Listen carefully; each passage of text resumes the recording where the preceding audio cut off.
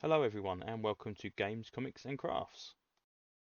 In this series of videos I'll be looking at the Judge Dredd case files in order and picking out the most prominent and important stories, as well as noting some artists and writers that actually appear in these books. Okay, so this is volume 7 of Judge Dredd case files. Particularly nice pink cover there with a Cam Kennedy Dredd. Open up this book with a particularly cool story. We have Cry the Werewolf. Now, this is Steve Dillon artwork, so that's a very, very good start anyway. People are basically turning into werewolves, and it's going across Mega City. There's several cases going on, including one of the judges who gets turned who gets turned into werewolf. I just love the artwork. The artwork is just yummy. It's so damn good. Dredd versus werewolves is really cool. And Dylan's Dredd is just amazing. I just love Dylan's Dredd. And I remember drawing these werewolves when I was a kid, because they were so well designed.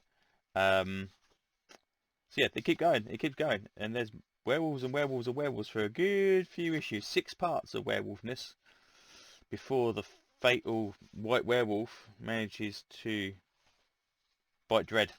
It's never good when Dredd's bitten, because we have Judge Dredd turned into a werewolf, which is, that kind of cat wolf moment we see in the Marvel comics. We have a Dredd wolf, and yeah, it's very, very cool. Basically, they're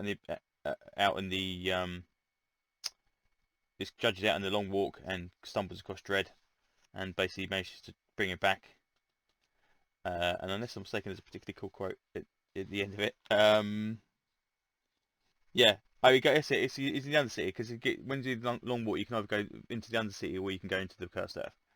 And yeah, how's things down there anyway? Grim. I always remember that. Yeah, cool. Very, very good. Weatherman, we've got some Ron Smith artwork in it as well, which is okay. Again, they tend to do a few more 1, 2, or 3 part stories in this one, rather than just kind of single part, kind of one and done. And obviously, since volume 1, we've obviously seen a lot more character and a lot more stuff going on, rather than crimes committed, Dredd kills people, story over. So Rick Coon for a heavyweight, which is square artwork, which is the return of the fatties back into the story, which is rather good. And their little belly wheels as they trundle around. And then, if I'm mistaken, is this 2-Ton Tony Tubs, or is this the that is no Abdominal Arnie Strogman. Okay. Graveyard Shift is next. Ron Smith artwork. Now, I think the Graveyard Shift was one of the first Dredd issues, or one of the 2008 issues I actually picked up. I don't think it was even issue 1. I think it was just happened to be one of the issues. And obviously, we're talking weekly now, so this is basically Dredd gets assigned to the night work rather than the day work, and you get to see kind of like a whole sequence. It's kind of like the crime files they did a couple of issues ago, but we're kind of seeing new stuff going on, and kind of basically just crime after crime after crime, and it kind of builds up to stuff as well. That's not too bad either. That's pretty good. That's a 7-parter. Suspect we get here, which is, I believe, Cam Kennedy's first piece of artwork for Dredd. I could be wrong, but is it's you can see it's him. His Dredd's a little off, but that seems to be the way of a lot of artists when they kind of do Dredd. The helmet, this isn't quite right, but again, he's open to interpretation. Even nowadays, we're getting more interpretations of Dredd, but I like it when there's a standard thing. But I mean, that sideways one's pretty decent. Ian Gibson again after that, which is Emberton. And if Emberton isn't Ian Gibson, I'm very, very sorry, but you live a star like Ian Gibson. Then we get Rita Bob. I can't remember what it's called now. No, Robin in the Jungle. It's this one. Come on. Bob and Carol and Ted and Ringo. There we go. Which is basically more dinosaurs. Cursed Earth dinosaurs are being bred, and they have a little bit of a problem with overreactive, overgrown Tyrannosaurus Rexes, which is really cool. So yeah, Cursed Earth and Tyrannosaurus goes hand in hand, which is pretty decent. So there's that. Pyromania, which I believe is just a one-off, but again, okay, whose artwork is this? Because I remember this being the start of somebody pretty decent. Who's that? Kim Raymond.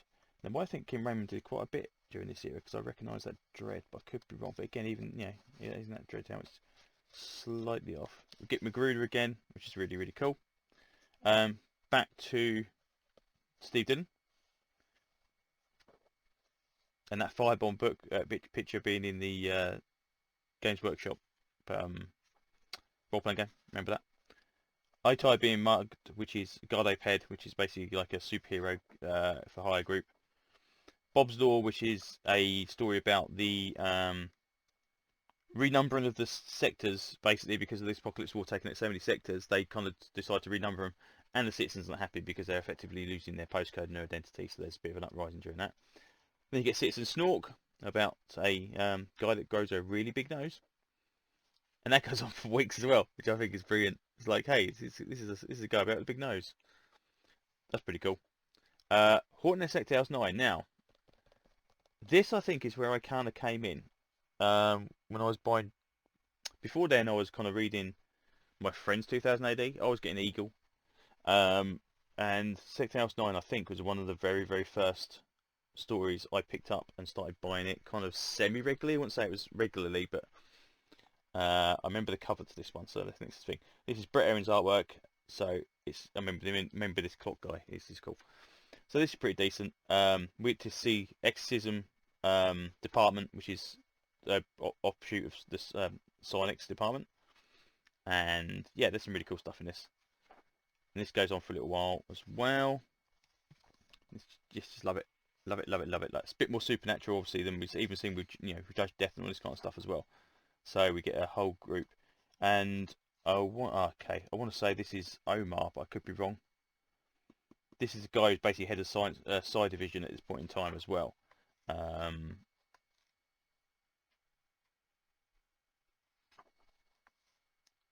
It's a really good story. It's probably one of the better ones in this book easily. It's very, very good. After that, we go to High Society, which is another Gibson, which is about a orbital space station. House and Runner's Walk, which again I definitely had this issue. Which is again, this is really, really nice. I remember this one. Basically about a group of little old ladies that managed to kill people and either stuff them or turn them into robots, or kind of mindless drones, which is pretty decent. Portrait of a Politician, which I don't remember reading through the first time around, which is about Dave the orangutan possibly being made mayor of Mega City 1, which goes on for a little while. But it's pretty cool, and again, it's mostly Ron Smith artwork, which is always decent. The Switch, I don't remember. I think this is just a one-off from what I remember seeing as well. But even that ain't too bad. Bit of Titan as well, which is really good. Now, Super Bowl. Super Bowl, I definitely had this issue of Super Bowl. So this is Kim Raymond artwork. So I remember this guy being pretty prolific through this era as well. This is basically the robot, cyborg American Football League, and this here is Rookie Decker. So Decker is kind of like the new character they introduce. I don't think this is her first appearance. I think she's been in a couple of times before now. But basically, she's kind of like the new female sidekick that doesn't really place Hershey or Anderson, because they're kind of both still going as well. So it's interesting they put Decker in. But she's in quite a few storylines from kind of now onwards, and it's a pretty cool way of kind of dealing with. She's kind of like standing for Judge Giant, pretty much. She's there, kind of hangs around quite a bit as well, and there's quite a good kind of seeing how she progresses through the Justice Department stuff. I remember Bingo being a cover, and again more Decker. And then Making the Judge, I think it might be her graduation, unless I'm mistaken. Yes, it is.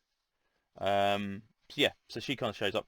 Then we've got Beware the Wreckers, which is Dylan artwork again, which is just great. And I remember this stuff being in the Games Workshop RPG as well.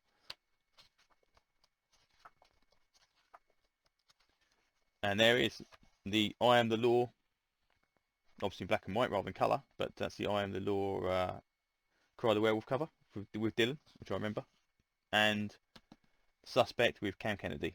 So yeah, this is a pretty decent one. This is, I mean, I'm a massive fan of Dylan, so anything with Dylan artwork in it as well. I am going to be particularly treated well in Volume 8, where there's a lot of Steve Dillon in it, and yeah, so that's really cool. But yeah, this is a good one. There's definitely a lot of kind of like good 2, 3, 4 part stories in this one, rather than kind of being that 25 part epic we saw with the Apocalypse War, or we saw with Judge Dredd Quest, and anything else. This is a decent, solid, rotation of stuff. So this is definitely worth looking at. As is all of them, if you're interested in Dredd, totally. Yeah, this is kind of, we're getting into the solid writing where stuff matters, and stuff is built, storylines are built on other storylines, and the kind of the world building is a lot more kind of solidified now, so you kind of can reference stuff from ages ago and it actually makes sense. So yeah, another great one, and yeah, that's pretty much all I can say about this one. So thank you very much for listening. If you did like this stuff, hit that button and subscribe if you are watching this and you haven't done so. I'll be very, very grateful, and hopefully I will see you on the next video. Thanks very much. Bye bye.